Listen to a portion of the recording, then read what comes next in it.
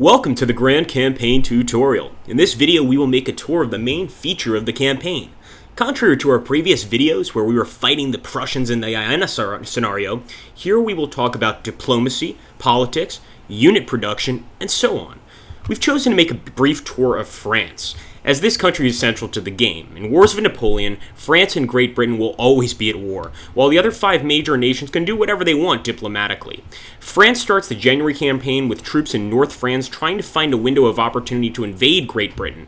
The Austrians are still at peace, but they are hostile, and Bavaria, a French ally, is a meager buffer between France and Austria.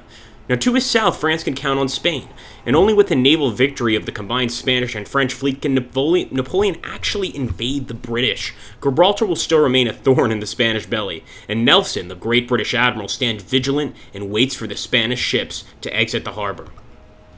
In Italy, France has some allies, like the Kingdom of Italy. Austria stands strong in the area, though. Now, as we have our playground in the whole of Europe, there are some tools at your disposal to get organized, starting with the force listed screen, shortcut being F1. Now, with this listing, you can filter out and sort the way you want stacks or even single units. I can check land stacks or fleets only. I can remove the actual view of the leader's list stack, or I can sort stacks by power. And this is a powerful tool to actually help you understand in the game, and just to play the game well in general. So clicking on the unit listing button gives us a screen similar to the force listing, except we are checking on individual units this time and not whole stacks made up of several units. Again, all columns can be sorted or reverse sorted, and you may have many filters at your disposal. This is great to know that your nation's armies and fleets can be visited and viewed on this screen. It's also possible to see only leaders that are essentially allied to you. Now, we have to keep in mind France is a very large country, but even the French can't really win without allies. Wars of Napoleon gives a large importance to diplomacy, and you can access it through this button or the F6 shortcut. Each ruler is defined by 3 statistics: administration, imperialism, and diplomacy.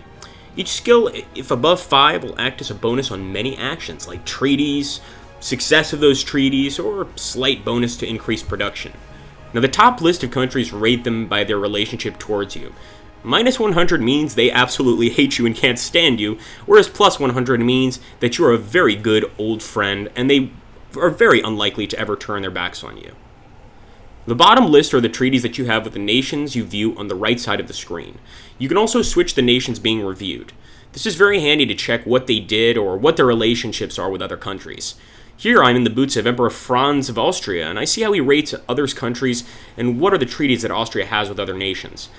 Let's get back to France now, though. These 4 buttons show you what your current treaties are, what are the replies awaiting you, what you've already sent, and finally, what diplomacy you can do with another country in the map.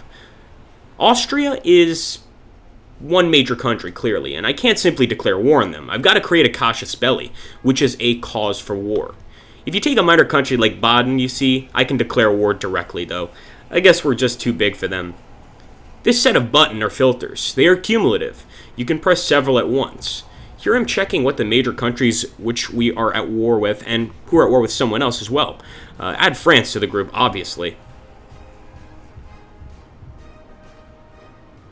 So let's go ahead and do some diplomatic moves, guys. We're going to forge a casus belli against Austria.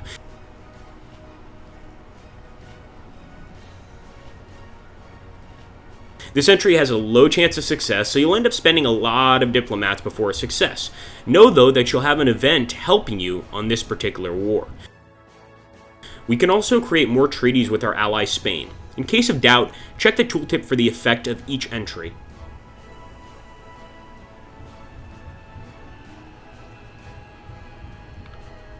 These entries are quite interesting, because if they succeed, you get extra forces under your direct control from your allies. As a minor country, Bavaria will probably say yes. For Spain, that's less likely. Now, diplomacy is also based on what regions you control and how the population of each region is loyal to you. I mean, whereas one population might really like you, another may not be so happy. This is the game within a game, because you can only ask in a peace treaty regions which have at least 20% of the population loyal to your nation. Otherwise, they simply won't accept. Now, there are ways to sway the people to your cause, and for other historical decisions, you'll get it in these 2 screens' historical options as time passes.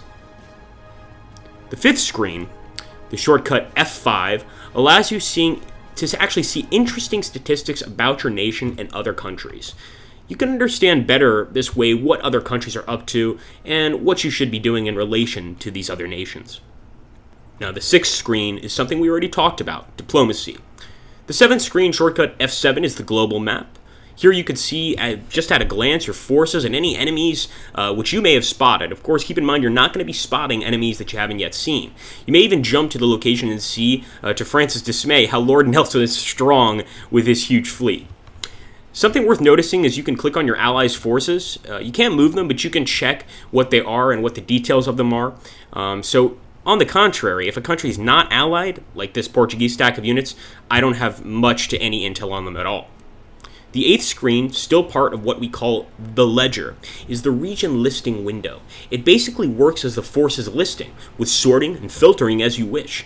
There's another tool to spot the rare regions where France produces horses, or what the province's loyalties are, and whether or not they're too low.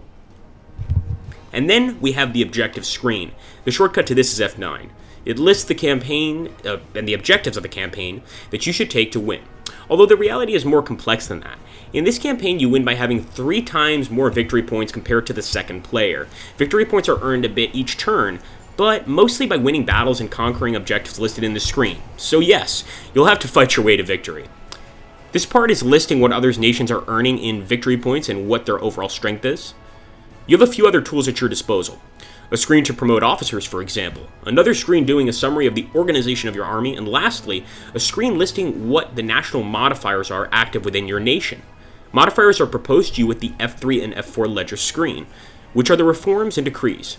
From there, by standing, a special currency called engagement points, you can pick on average 3 new modifiers per year. As you can see, France has quite a head start, and with many of these modifiers already in place, as a matter of fact. If you look at France, they only have divisions at the start. On the other hand, if you check the British, you'll see they have many modifiers improving their ships, like copper bottoms or long-range patrol. Let's get back to the main map. There are a few things that deserve a note as they are new to an AGEod game. For example, you can now enter the cities of an ally to be sheltered or for ships to be resupplied. You obviously need a passage right of treaty, though.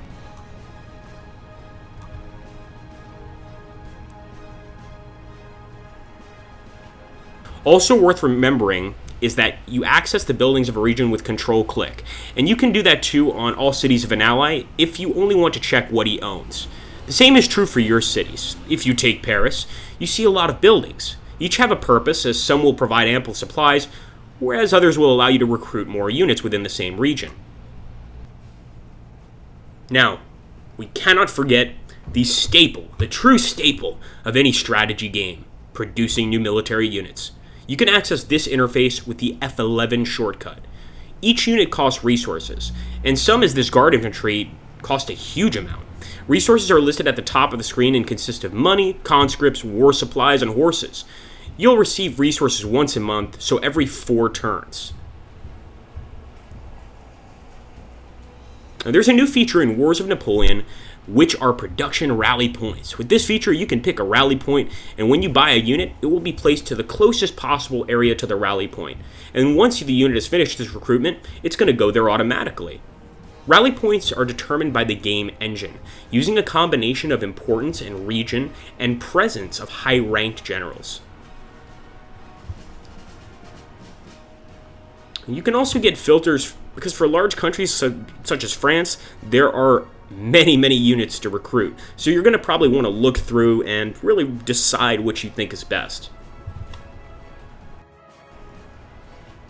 Understandably, if you prefer the old method, you can always drop the unit into the region of your choice, just like any old strategy game or any old AGEod's game.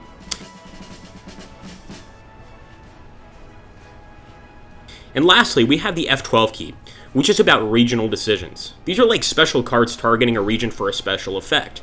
They're rather important in the game, and you should take your time reading the tooltips that they have. They can, for example, augment the number of conscripts or horses in your reserve, but know that your population won't be happy, and somehow you're going to pay for that. I'll just give you a hint about this problem. The card Develop Territory is your friend, and a great way to have regions remaining loyal to our cause, but they too have a cost. As you guessed, there is a summary screen for units under production. That's the F2 screen, where you can check details where the units are being recruited and where they are. Sometimes, though, you have not lost units, but they are weakened because of the combat losses. In this case, you need to buy what we call replacements. Upon clicking this button, you see that you have several silhouettes. Each silhouette is a replacement category. If you prefer, see a replacement as a brick that will help rebuild a weakened unit. Also, if you don't want to handle that, just click the button and have the AI do it for you. But if you prefer to control everything like myself, buy replacements by clicking on the silhouettes. If you can afford the expenses. Here we have a problem buying cavalry replacements. In this particular case, it really comes from lack of conscripts and not necessarily lack of money. For France, the main problem will usually not be the lack of conscripts, but actually not enough money and a dire lack of horses. That lasted for years historically. At the start, they even had cavalry units without horses. Now we will soon conclude our tour of this game. Something that was skipped in the AGEod tutorials is how you create or dismiss armies and corps. And that's quite simple. You have to click on the right button. Here, if we remove Army Command from Napoleon, the stack loses the golden star, and he will be much weaker. So to be sure to evaluate if that's what you really want to do, take a look at that. Now, as we remove the actual army structure from Napoleon, all attached corps, like Lanné's corps, were automatically dismissed. To reinstate him as corps commander, there is also a button for that. Or perhaps you want to promote him to army commander. Here, he's now in command of AGEod, one of the possible French armies. And this concludes our campaign tutorial. Thanks so much for watching, guys. Agrippa Maxinius here. I hope you enjoyed. Take care.